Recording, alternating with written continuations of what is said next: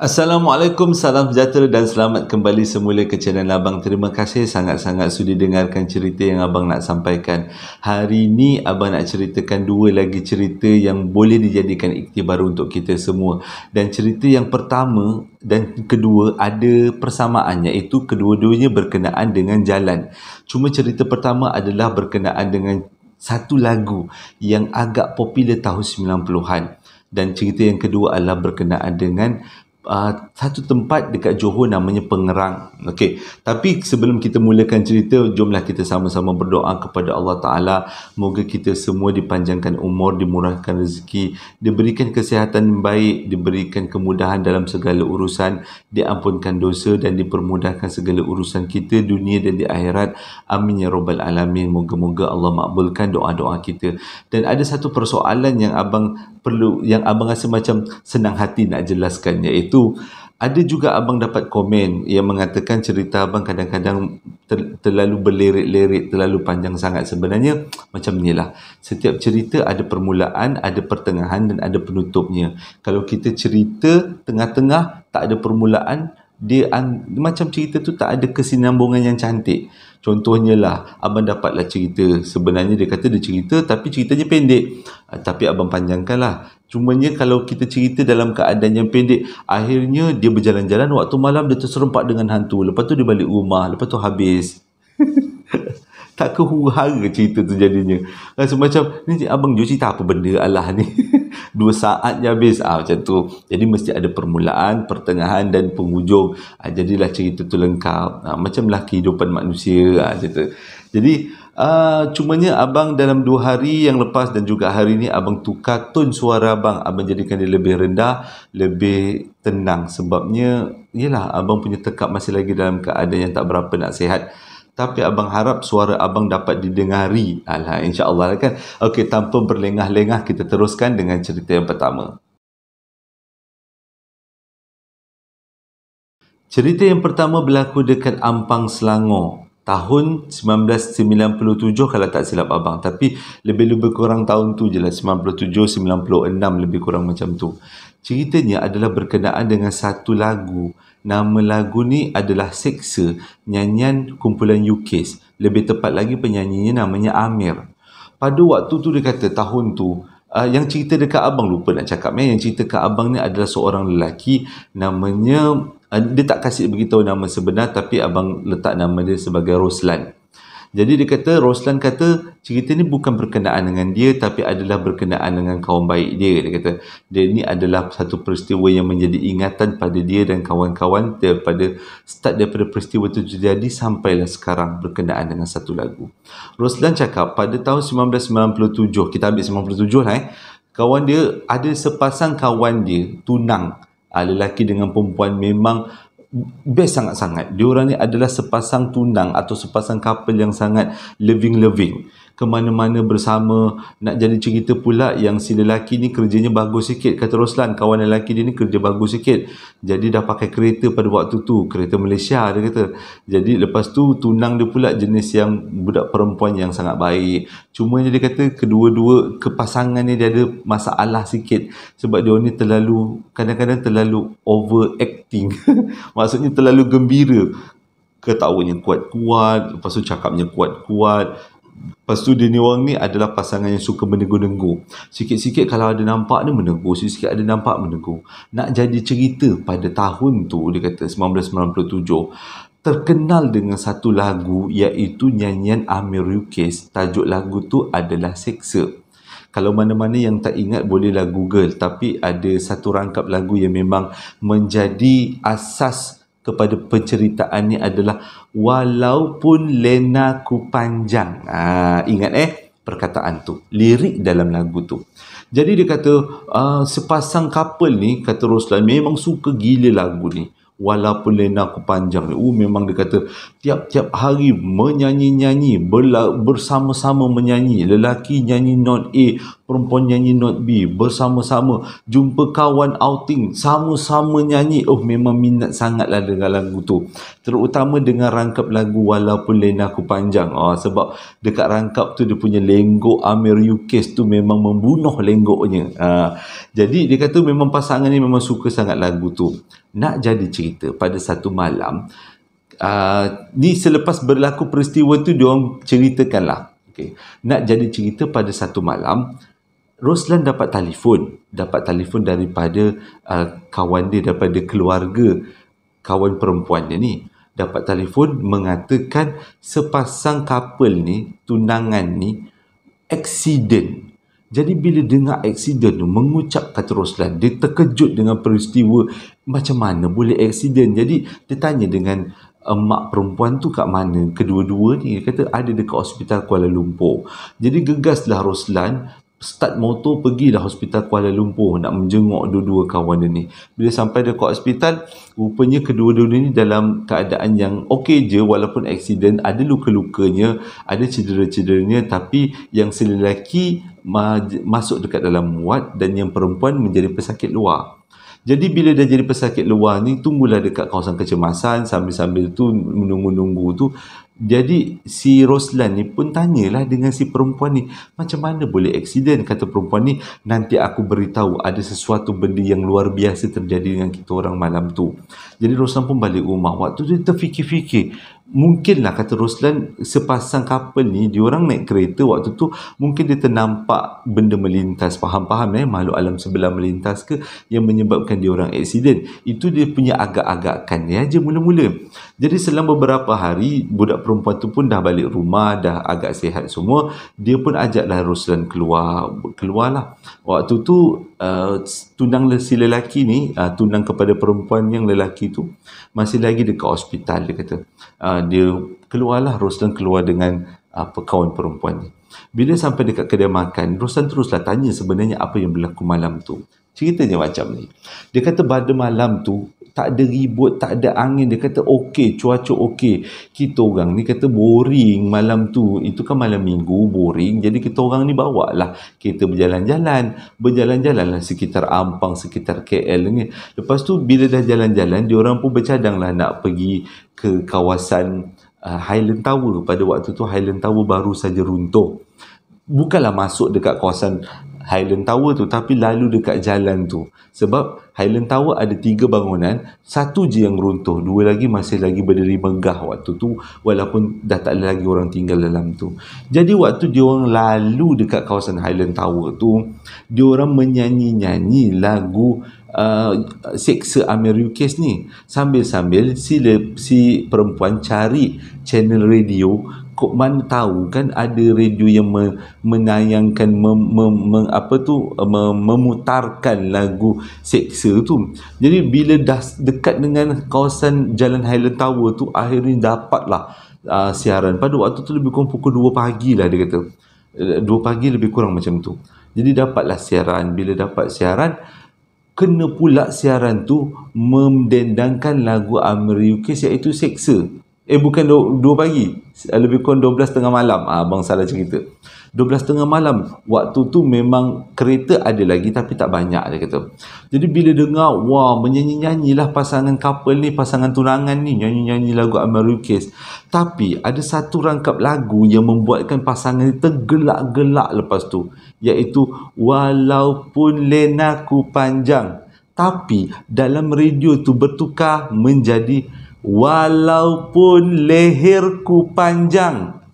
Waktu tu dua-dua ni dengar jelas, tergelak-gelak dia orang. Apa benda lah stesen radio ni? Ni lagu cetak rompak ke pasang ni. Apa pula leherku panjang? Dia kata, mana ada orang leher panjang? Dia kata, patutnya lena aku panjang lah kan. Oh, gelak-gelak dia, gelak-gelak. Jadi dia orang pun terus kalau perjalanan masuk ke kawasan-kawasan perumahan di dalam Highland Tower tu. Kawasan dekat-dekat situ lah kan.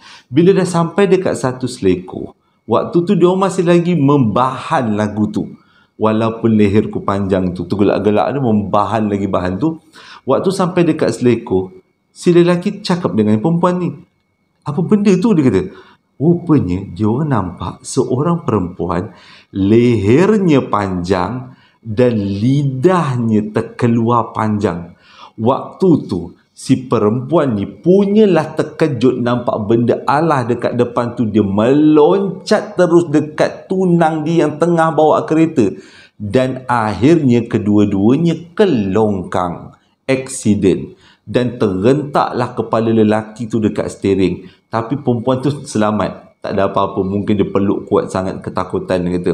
Jadi itulah yang diceritakan apa yang terjadi pada malam tu, dia kata.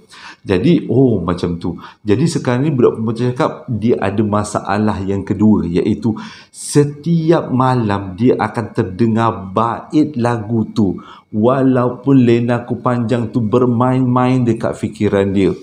Dia kata tak tahu dia nak buat macam mana. Jadi si Roslan dengar, kita boleh pergi berubat, dia kata. Dia pun ada kenal dengan seorang perubatan Islam dekat kawasan Ampang, dia kata. Bolehlah kita pergi berubat. Jadi seperti hari yang dijanjikan, perempuan ni dengan mak ayah dia, dengan Roslan juga, pergi kat rumah bomoh tu. Bukan bomoh lah, lebih pada imam. Jadi diorang pun berubat lah. Sebenarnya kata imam tu tak ada masalah pun. Cumanya mungkin si perempuan ni terkejut. Dan sebabnya lagu tu diorang terlalu minat, tiba-tiba nampak pula dengan makhluk alam sebelah yang tak sepatutnya kan. Jadi disebabkan tu berlaku aksiden dan dia jadi fobia. Bila dia jadi fobia, sejak daripada tu benda tu bermain dekat fikiran dia. Jadi imam tu pun bagilah air tawar, air jampi untuk si perempuan ni tenang. Dan tak lama lepas tu keadaan perempuan pun kembali pulih seperti biasa. Yang si lelaki dia pun dapat keluar daripada hospital. Tapi lelaki tak ada apa-apa gangguan, cuma si perempuan aja yang kena ganggu. Cumanya cerita ni dekat sini adalah sampai sekarang couple tadi percaya stesen radio yang diorang dengar pada malam tu adalah bukan stesen daripada alam kita, tapi mungkin stesen daripada alam sebelah yang memang mendendangkan lagu untuk menakut-nakutkan orang. Sejak daripada tu pasangan ni dah pun kahwin, suami isteri, dan diorang tak berani lagi nak dengar lagu walaupun lenaku panjang. Sebab takut-takut, dia kata kalau dia dengar, takut-takut liriknya berubah walaupun leherku panjang, lepas tu tiba-tiba muncul dekat depan mata, kan huru-hara pula kan. Jadi itu adalah pengajarannya, jangan terlalu obses dengan lagu dan jangan banyak menegur-negur. Takut yang kita ditegur tu jadi sesuatu yang buruk di kemudian hari. Cerita kedua disampaikan oleh seorang lelaki, diminta digunakan nama gelarannya. Dia kata rupa dia seakan-akan seorang pelakon Roshamno. Jadi kali ini nama yang diminta pada abang gunakan adalah Rosham. Rosham, N-O-R, bukan N-O-R, jadi N-O saja. Rosham No. Berlaku pada tahun 2016 dekat satu jalan di antara Senai ke Desaru melalui tol. Abang lupa nama tol. Abang kalau nama-nama tempat ni memang susah sikit nak ingat. Okey, cerita dia macam ni. Rosham dia bekerja dekat Pengerang dan dia bekerja dekat kawasan penapisan minyak. Cumanya kawasan penapisan minyak tu bukanlah terletak dekat tengah laut, tapi terletak dekat kawasan darat. Dan kawasan penapisan minyak tu dia kata besarnya lebih kurang, kalau stadium tu ada lebih kurang 12 stadium kot. Besar gila kan. Dia kata lebih kurang 12 stadium besar. Dia punya besarnya kawasan tu. Dekat dalam tu macam-macam orang daripada macam-macam negara kerja dekat situ, dia kata. Dan Rosham pun bekerja dekat situ sebagai salah seorang eksekutif. Dan dekat situ dia kata asal tapaknya kawasan penapisan minyak tu adalah kawasan kampung. Jadi dia kata selain daripada kampung, tapak asal tu adalah tapak kubur. Kebanyakannya adalah kubur-kubur purba. Dan bila dah kubur tu terlalu purba sangat, diorang pun bukannya alihkan pun, dia kata. Walaupun kubur Islam, diorang tak alihkan, diorang cuma ratakan aja. Sebab batu nisan pun dah tak nampak celah mana, cuma tahulah kawasan tu kubur. Kalau digali pun agaknya tak jumpa apa, tulang pun dah tak jumpa dah ratusan tahun yang lepas. Jadi dia kata dekat tapak tu, dekat Pengerang tu bukan ada satu kubur, ada banyak kubur. Sebab ada banyak kampung. Dan kerja dekat situ 12 hari bekerja, 3 hari bercuti. Dan dekat kawasan tu memang tak ada apa-apalah. Memang nak beli barang pun terpaksa keluar. Kalau nak pergi outing pun diorang akan pergi ke Larkin. kawasan yang dekat dengan Pengerang. Dia kata Lakin, abang salah sebut. Jadi dia kata nak jadi cerita lah, dia kata pada satu hari tu dia orang tengah borak-borak makan-makan dekat kawasan eksekutif ni, dia kata. Jadi tengah borak-borak tu ada seorang eksekutif yang baru masuk. Bila dia masuk dekat Pengerang tu, dia diberikan satu rumah kontena tingkat 3, dia kata. Tu waktu tengah makan tu, yang eksekutif baru ni dia ceritalah, dia kata dia sebenarnya dapat dekat tingkat 3, tapi disebabkan beberapa gangguan yang dia alami dalam beberapa malam, dia minta pihak pengurusan untuk tukar dia ke tingkat 1. Lepas tu Roslan tanyalah apa benda gangguan yang dia alami, sebabnya dia tak pernah lagi kena, cumanya dia banyak kali dengar cerita. Lepas tu yang orang baru ni cakap, dia kata satu malam tu, dia kata tengah-tengah dia tidur tengah malam dekat tingkat 3 ni, dekat rumah kontena tingkat 3, dia dengar macam ada orang bercakap-cakap dan mengetuk-ngetuk tingkap rumah dia. Dan dia pun pergilah dengan selamba-selamba badaknya pergi buka tingkap tu. Bila dia buka tingkap, tak ada siapa-siapa depan tingkap. Baru dia teringat, aku ni kat tingkat 3, celah mana ada orang ketuk. Cepat-cepat dia tutup tingkap, dia sambung tidur. Tapi walaupun dia sambung tidur, tetap juga ada orang yang ketuk, walaupun dia berada dekat tingkat 3. Jadi bila dengar ketukan macam tu, memang tahulah itu bukan manusia. Itu mungkin makhluk alam sebelah yang saja nak berkenalan. Biasalah abang-abang yang kerja dekat Pengerang kan gajinya besar kan, mana tahu boleh dijadikan menantu, kata makcik-makcik alam sebelah. Jadi itu gangguan pertama lah tu. Roslan kata, ada gangguan lagi ke? Dia kata, ada bang Roslan. Dia kata, malam kedua saya kena pula. Dia pergi main lampu, saya buka, dia tutup, saya tutup, dia buka. Waktu saya nak tutup, waktu saya nak tidur, buka tutup lampu. Dah macam lampu disco, mengelip. Sampaikan saya rasa tak boleh tidur malam tu. Waktu tu Roslan kata macam, dia dengar macam lucu lah, dia kata. Kelakar juga kan, agak lucu juga gangguan-gangguan yang kau kena, dia kata. Tapi budak tu cakap tak lucu pun, dia kata. Bila kita dengar mungkin dah kita rasa lucu, tapi bila dah dengar yang sini alaminya sendiri, memang tak rasa lucu pun. Jadi okeylah, akhirnya dia orang pun bersurai. Budak yang kena dengki tu daripada tingkat 3 diminta pihak pengurusan turunkan dia ke tingkat 1, rumah kontena. Dan mengikut kata Roslan, rumah kontena ni bukan semua orang dapat tinggal, tapi hanya orang yang bertaraf eksekutif aja yang dapat tinggal. Maksudnya boleh kata tuan kecil lah yang boleh tinggal dekat situ. Nak jadi cerita pada satu hari, sampailah ke waktu cuti. Jadi Rosham tak naklah pergi balik kampung. Dia kata dia rasa macam nak habiskan masa cuti 3 harinya dekat dalam kawasan Pengerang tu aja. Tapi ada kawan dia minta dihantarkan ke Bandar Lakin sebab nak naik bas nak balik kampung, ada urusan. Lepas tu dia kata okeylah. Dia tanya dengan kawan dia, tiket bas pukul berapa? Lepas tu kawan dia cakap tiket bas pukul 11. Seram juga bila Roslan dengar macam tu, sebabnya bila dia hantar kawan dia pukul 11, dekat-dekat pukul 11, nanti dia kena balik malam. Takkan dia nak hantar kawan dia tengah hari, kesian lah kan.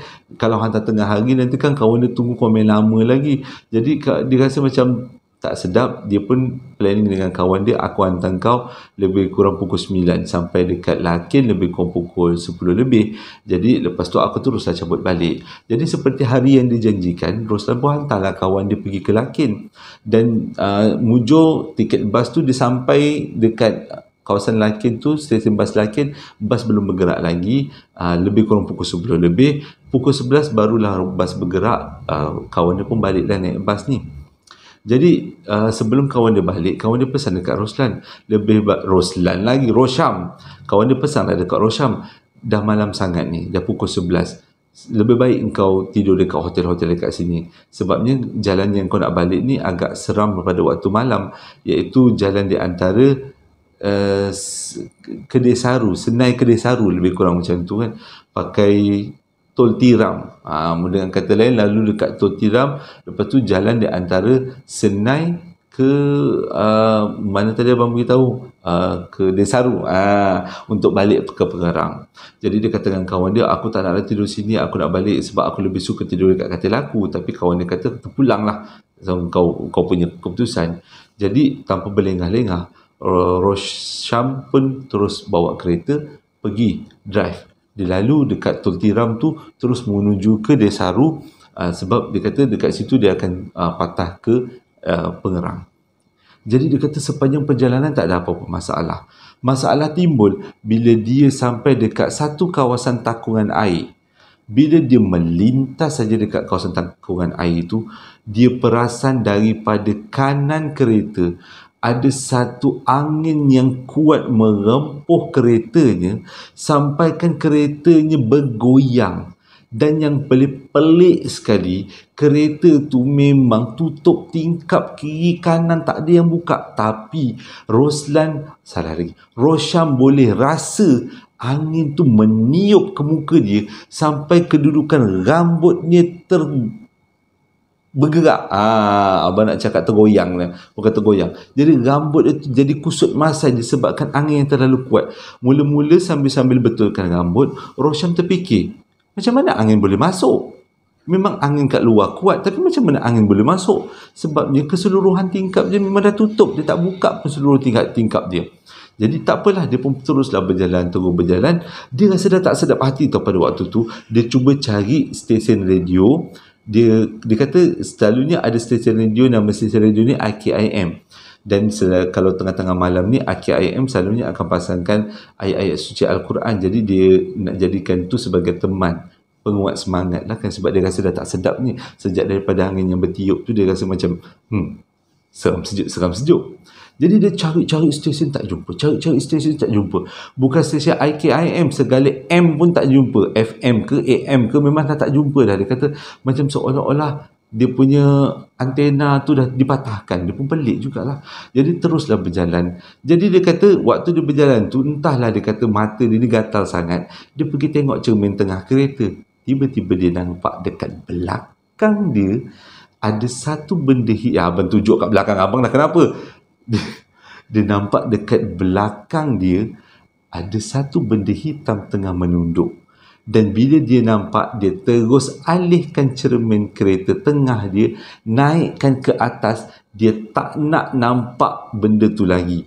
Tapi sepanjang perjalanan dia dapat rasa benda tu betul-betul ada belakang dia.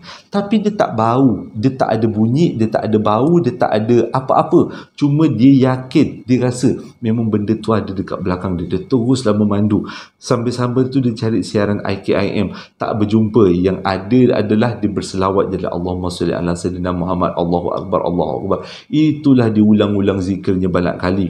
Dan dia bawa, dia tekan minyak laju-laju. Akhirnya dia sampai dekat kawasan Pengerang dan dia sampai dekat kawasan ke Gad. Jadi bila sebelum nak sampai ke Gad tu, dia kata dengan dia tahu dekat belakang dia ni ada benda, sebab dia kata dia boleh rasa dia punya haba dia punya kesejukan, dia punya kesejukan benda Allah tu mengeluarkan aura yang sejuk dan dia boleh rasa.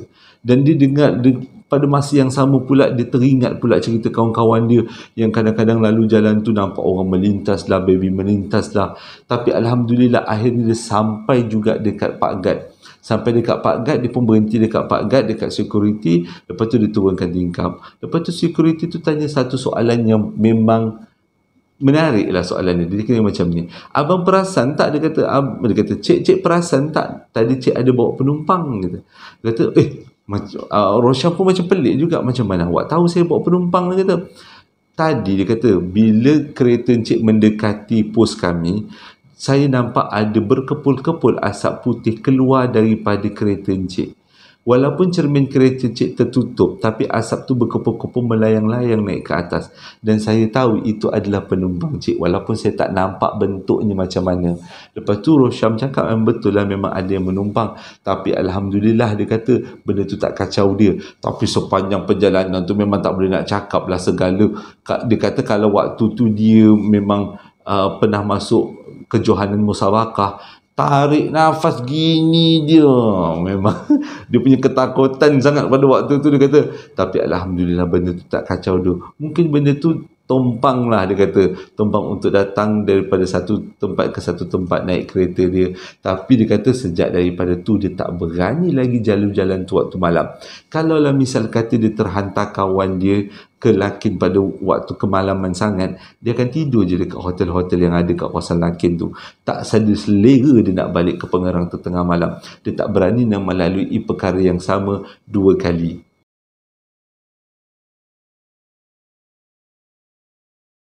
Terima kasih dah menonton video abang daripada mula sampai habis. Abang harap cerita kali ini dapat menghiburkan. Ialah pengalaman-pengalaman orang kan. Ada macam-macam jenis pengalaman. Kalau cerita pertama berkenaan dengan lagu, dengan Highland Tower. Cerita kedua adalah berkenaan dengan orang yang menumpang pula. Walaupun orang tu tak ada keluarkan bunyi ke tak ada keluarkan bau. Tapi tetap juga rasa seram kan. Terima kasih juga dah membeli t-shirt abang nak dijadikan cerita dan juga JSPL. Dan abang mendapat feedback yang sangat-sangat berterima kasih. InsyaAllah abang akan terus kumpulkan dana sehingga hujung tahun ini. Dan kita akan hadiahkan kepada rumah orang tua nanti kan. Dan terima kasih juga dan yang membeli sambal hara dan juga perapan sate. Alhamdulillah dalam kedua-dua produk ni abang mendapat review yang sangat baik. Terima kasih juga sebab sambal hara adalah usaha kawan abang yang abang dengan dia bekerjasama. Maaf, sedawa lah abang dengan dia bekerjasama. Dan perapan sate pula adalah warisan daripada mak ayah abang. Kedua-dua ni memberi makna yang besar buat abang. Terima kasih sangat-sangat atas sokongan semua. Hingga berjumpa lagi dalam posting yang akan datang 2 hari lagi. Assalamualaikum warahmatullahi wabarakatuh.